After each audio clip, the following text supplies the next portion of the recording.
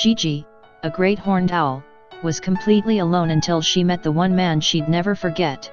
Gigi first arrived at Mississippi's Wild at Heart Rescue toward the end of May after suffering significant head trauma, which the rescue suspects was the result of being hit by a car.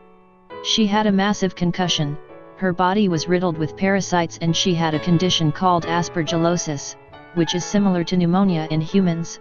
Missy Dubuisson, founder and director of Wild at Heart, told the Dodo.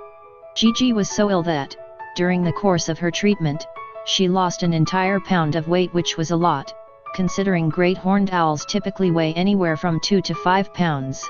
This bird was one of the most critical we have ever taken care of, Dubuisson said. The fact that this bird has lived is beyond comprehension. But if there was anyone at the rescue who could help Gigi get back in good health, it would be Douglas Doug Pochke, president of the rescue and affectionately known as the Birds of Prey Whisperer. In all my years of working with birds of prey, I have never seen someone with such a bond with these magnificent birds, Dubuisson said. Under Pochke's care, Gigi went from knocking at death's door to perching, Dubuisson said. She also went from being hand-fed to grabbing food on her own. Gigi had undoubtedly come to trust and care for Pochke, and she made it known just how much in the most surprising way. Pochke had been a trip to Michigan, visiting family, leaving Gigi without his company for a while.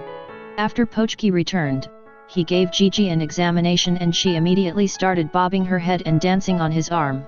Then, she slowly walked up to his chest, rested her head on his shoulder and draped her wings around him in a fully fledged owl hug. The look of pure content on her face just before she embraced Pochke showed just how happy she was to be reunited with her favorite human. Pochke told the Dodo that being hugged by Gigi held a particularly special importance to him. Growing up, a great horned owl used to perch on the top of Pochke's family barn. While Pochke's father often saw the owl, Pochke and the rest of his family rarely did.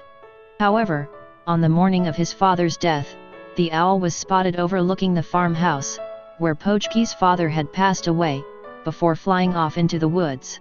For some reason when that bird was hugging me, all I could think of was my dad, Pochke said. Once Gigi makes a full recovery, she'll be released back into the wild. But in the meantime, she has Pochke to lean on. It literally brings tears to my eyes to watch him interact with these birds, Dubuisson said. They absolutely know him and trust him. It's the trust that you see in her face.